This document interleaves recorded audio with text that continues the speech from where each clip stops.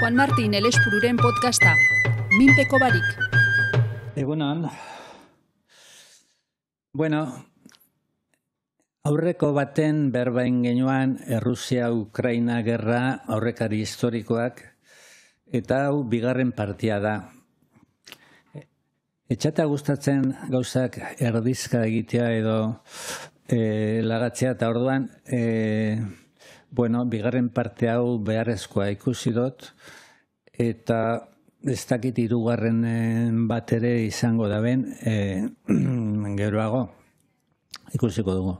Aurrekoan bezan genuan gai hau oso arantzatsua eta delikatua dela, ikuspegi desberdina darela, informazio falta be handixa dela generalean, eta batzutan baita ustez ondo informatuta egon beharko leukienen artean be, dana dela, hau iritzi bat hemen ikuspegi bat dago, eta errespetagarriak dira beste ikuspegi guztiape. Begira, pixka bat ulertzeko 2010 urtera joango gara.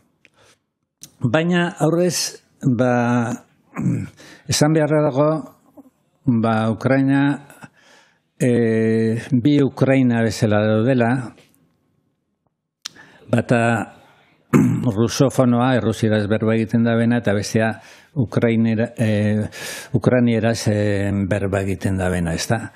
Eta batzuk, errusieraz berba egiten da benak ekialdean daude, eta ukrainieraz berba egiten da benak mendebaldean gehiago. Baina, asko dira hizkuntza biak egiten dituztenak, eta gainera ez dago 1000 alde hizkuntza baten eta bestean artean.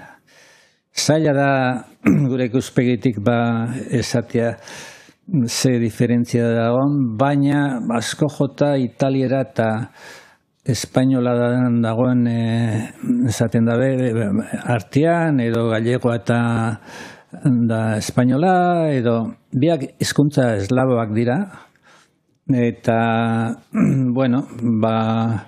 da gainera, lehen behintzat etzegoen gatazka hondirik euren artean, eskonduta daude rusofonoak Ukraina eraz egiten da benaken, eta alderantziz, eta familixan dana dauke zenideen bat Rusian bizi dana, edo mendebaldean bizi dana, edo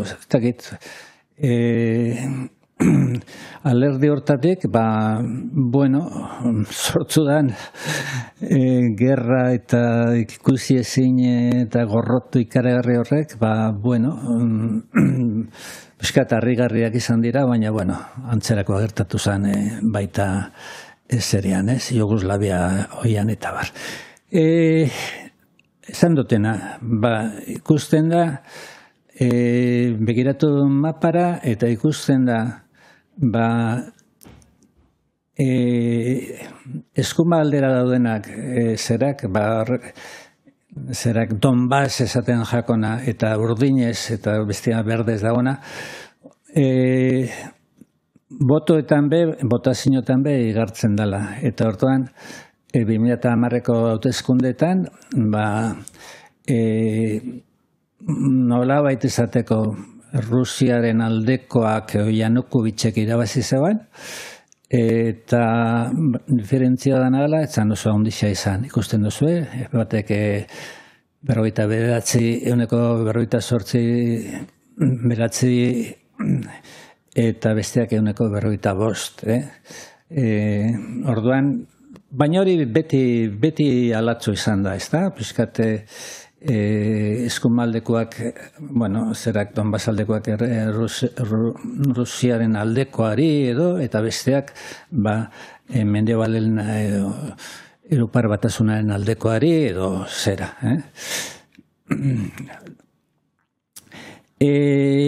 Aurrera ingo dugu. Baina, gauza bat eduki behar dugu kontuan,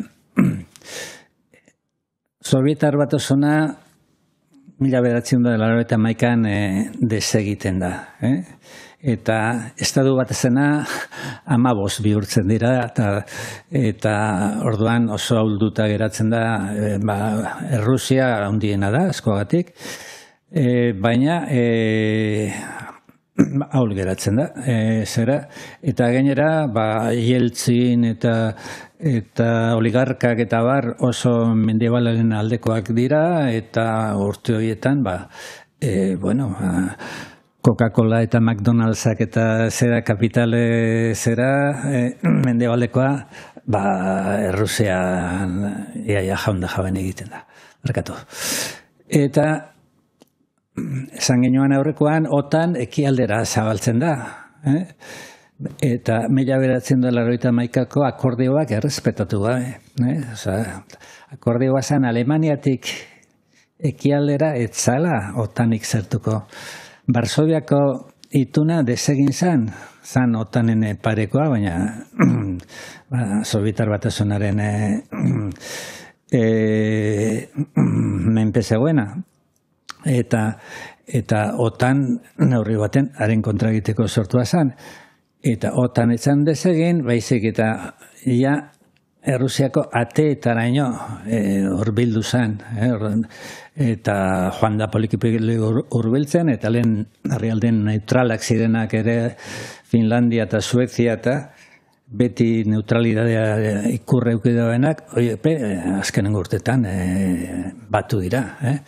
Eta, mapa begiratzei bestik ez dago. Kontua da,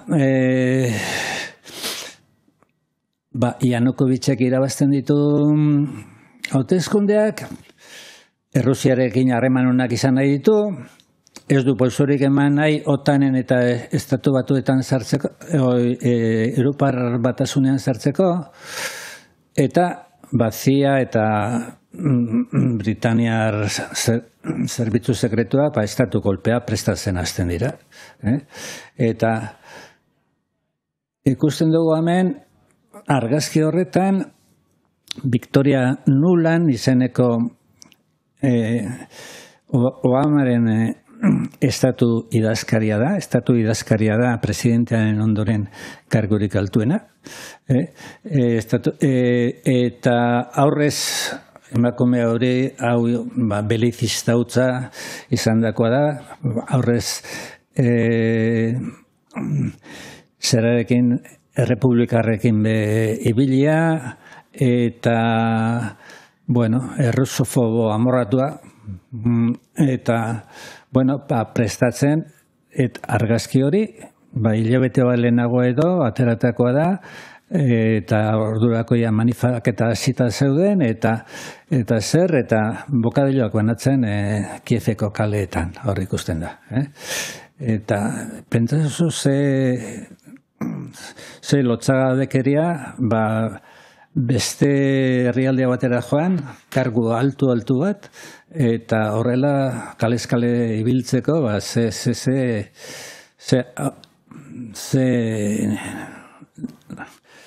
nagusitasun, ze handikeria, ez da? Badator Euromaidan famatua, 2014ko plazako Kieveko sarrazkia. Maidan da Kieveko plaza nagusia. Ordekoago, Euskal Telebistaren francotiradores matan a decenas de manifestantes en Ucrania. Kontua da, CIA-ak eta Amerikarrak eta frankotiratzailea kontratatzen dituzte, teilatuetan eta zuaitzartean jarri eta manifestarien eta polizien kontra disparatzen dute. 100 lagunetik gora hilak manifestariak eta poliziak. Elementu nazi ugari polizian infiltratuta. Eta jakina, gobernuari botatzen zaien dioti darrua, Janukovitzen gobernuari, jentea pentsatzen du, poliziak direla manifestarien kontra disparatzen. Jendea zutan azarre gobernuarekin, Janukovic presidenteak bere burua arriskuan ikusten du eta ihes egiten du Errusiara. mendebaldean demokraziaren garaipentzat hartzen da Euromaidana, eta ez estatu kolpetzat. Etzan estatu kolpea, baizik eta demokrazia eta jendearen asarrearen zera eta bar. Baina egia jakin egiten da, lentxo gerotxo ez beti, zoritxarrez ez. Baina esate baterako handik urte gutxira, Georgiarrak, mertzenario batzuk, deklaratzen dute, eurek ibili zirela tartean ez ziura bakarrik, askoz gehiago ziren. Eta hor daukago, beren deklarazioak. Más aún, afirman que les dieron una orden directa de disparar no solo a los policías, sino también a los propios manifestantes, para enardecer a la multitud y provocar una crisis política. Eta deklarazio horietan, esaten da, goizeko 7:00 edo apur bat beranduago, Paczynskik, oposizioko diputatu bat, sartuta zegoen zerean, asuntuan, denei preste egoteko agindu ziren, gero tiro egiteko. Agindua bizpahiru tiro egin eta berehala lekuz aldatzea zen. Tiroketak 10-15 minutu iraun zuen. Gero armak bertan usteko eta eraikinetik irteteko agindu ziguten. Eta hor, letra txekian, erderaz irakurri dezakegu hor, behan. Los tiradores fueron instruidos por un ex soldado estadounidense, Christopher Bryan. El propio Paczynski llevó armas a los edificios del conservatorio y del Hotel Ucrania, acompañado de unos desconocidos. El día de la masacre, Paczynski también disparó con una ametralladora. Beraz, diputatu bat ere, oposizioko diputatu bat ere, sartua zegoen zeria. Bueno, lehena azu zeite esatea, baina korrupzioa Ukrainian endemikoa da. Eta ez, alde batekoak eta bestekoak, esan nahi dut. Ukraina zegoen korrupzioaren ustelkeriaren rankinean Europan lehengo, baina beti gonda. Oin ez da horretaz hitz egiten, oin indik handiagoa da, pentsatzen gerra denporan eta beste milioi heldu da dalikara, zelako izango den, ez da? Baina, bueno, zen aurrera. Eta hau ez da bakarrik takit, bai, hori zuek esaten duzu edo bertzio parziala ez, el país, non agertan el país, da handik, ausarrazki gertatu eta handik gutxira, martxuaren oitemana. Eta esaten du, eta hau ya mundu guztia daki. Una grabación siembra dudas sobre el origen de los francotiradores de Kiev. Una televisión rusa recoge una conversación entre el ministro de Exteriores estonio y la jefa de la diplomacia de la Unión Europea, de la que interpreta que los tiradores podrían ser del bando opositor. Eta hori gaur egunean badakigu. Bueno, estatu kolpearen ondoren, Ukraina hankaz gora. Haren ondoren, Donbasseko probintziak, lehen ikusi dugun nondago Donbass, ekialdean, matxinatu egiten dira. Donetsk, Lugansk, Kharkov eta Odessako oblastak dira probintziak, independentzia aldarrikatzen dute. Lehenbiek lortzen dute herri milizien eta bertako militarren laguntzaz. Kharkov eta Odessan armada ukrainarra nagusitzen da. Odessan sekulako sarraskia gertatzen da. Piskate, zerak erregin berriaren kontrakoak manifestazio baten ondoren hango sindikatuen egoitzan gordetzen dira, zu ematen diote 80 bat lagun erre eta hiltzen dira, beste 200 eta zauritu, bueno, ehundako sarraskia gertatu zen. Bueno, gerra hasten da, Lugansk eta Donetsk republika separatista, aspaldi urte asko generaman separatista berri entzun barik, eta zerak separatzen dian nonbait, ez dute kontrolatzen oblast guztia, ez da gutxioik ere, eta gerrazten da, eta 2014 eta 2022 epean, 14.000 hildako egon ziren, horiek Europan gerra bat zegoen eta hemen ez ginen enteratu egiten. Krimeako parlamentuak Krimeaz asko berba egin da, Errusiarrak Krimea baditu zutela eta bar, aurreko aldian esan genuen, Krimea noiztik dan Ukrainea, ez? 1980 Khrushchevek pasatu zuelako zera Ukrainiara, baina arrazoi administratiboengatik, baina ez besterik. Bueno, kontua da, referendumean 96 boskatu zutela Errusiara pasatzea. Eta beste gauza bat esaten ez dana, baina Errusiak eta Ukrainiak tratu bat zeukaten, Krimean bertan Sebastopolen itsasarmada Errusiakoa eukitzeko, oza normal bezala, lehenago Odesan zegoen, eta bueno, Sebastopol pasatu zuten, Sebastopol dago Krimean.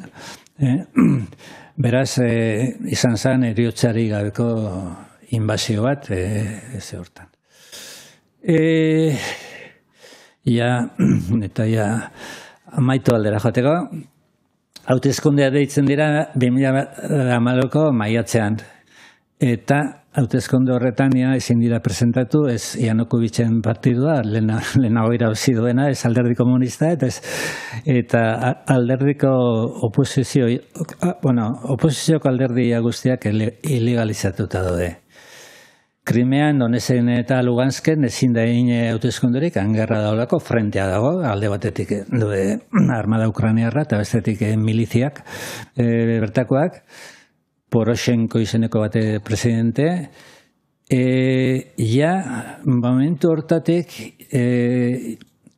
Ukrainiara da hizkuntza ofizial bakarra. Naiz eta legez 2019an legea onartzen dute, baina de facto bada. Errusiara debekatuta, eta ez Errusiara bakarrik, baita minoria batzu daude, Hungaria, Polonia,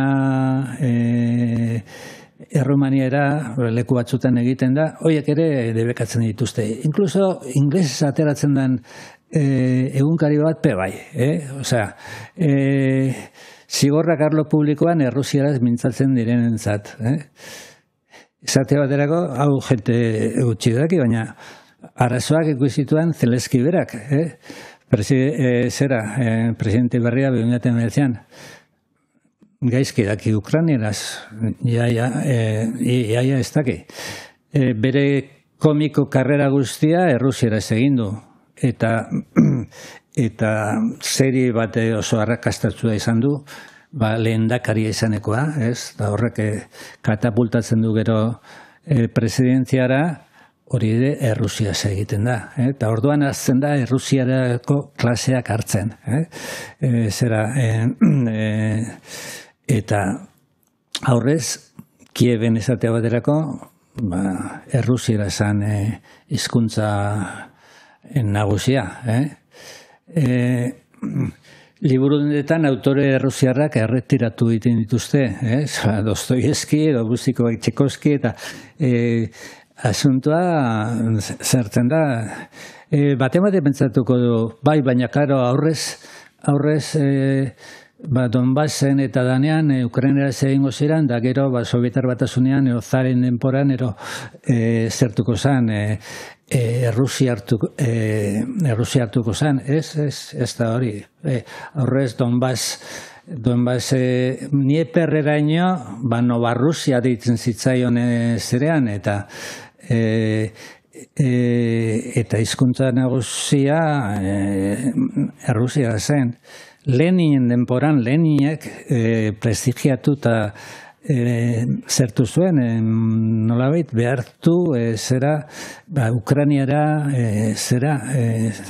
zertzeko hori, eta hori, nahikoa da internetera jotzea hori ikusteko. Bueno, eta bukatzeko. Minskeko itunak, Minsk bat eta Minsk bi izan ziren, eta bueno, Donbaseko gerrari amaiera eman nahirik, Minsken, Bielorrusiako hiriburua da, biltzen dira bi aldiz, bi parteak. Bitartekari gisa, François Hollande, Frantziako presidentea, Angela Merkel, batetik, Lukashenko eta Putin bestetik, zuetena adosten dute, eta gero, beste puntu batzuen artean, hizkuntzen errespetua eta bar. Une horretan, armada ukrainiarra oso ahula da. Horregatik neurri baten, onartzen dabe Minskeko akordioak. Ukrainak ez du zuetena errespetatzen, Donetsk hiriburua bombardatzen jarraitzen dute, 10 kilometroa dago, hiriburu bat, igual 200.000 edo 300.000 biztanle zituena, eta eten barik bombardatzen dute, 14.000 hildako lehen esan dugu, erdia paino gehiago zibilak, eta gehienak herrialde separatistetakoak. Bitartekari lanetan ebila izan Angela Merkelek zera aitortu zuen 2002an. Da hori irakurrengo dut. 2022ko abenduaren 7an, Angela Merkel Alemaniako kantziller ohiak aitortu zuen Die Zeit egunkari Alemaniarrei eginlako elkarrizketa batean, Minskeko akordioak Ukrainari berrarmatzeko eta indartzeko denpora emateko helburu bakarrarekin sinatu zirela. Eta herrialde horrek denpora hori erabili zuen indartsuago bihurtzeko gaur ikus daitekeen bezala. Gainera, Merkelek gaineratu zuen, une horretan, Errusiak Ukraina erraz zapaltzeko gaitasuna zuela. Ez dut uste denpora horretan NATOko herrialdeek gaur egun bezain beste egin zezaketenik Ukrainari laguntzeko. Eta hori Wikipedian topatu dizako.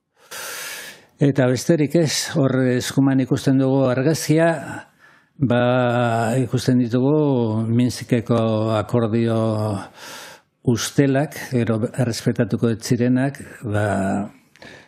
babestu zituzten zerak ez, batetik Lukashenko eta Putin, da bestetik Angela Merkel eta François Hollande, eta beste izango da Ukrainiarren bat. Eta bueno, azkenek Googleen nigo zuen eta espiskat gehiago sakondu, entrevista nire ustez interesgarri bat, Luis Hernando Muñoz, kolombiar bat, baina Donetsksen bizidana ez dakit noiztik, eta ez dakit ingenieria osardan, eta titulara da, aquí no son prorrusos, sino que son rusos. Zera. Eta besterik ez, honetxe arte bakarra.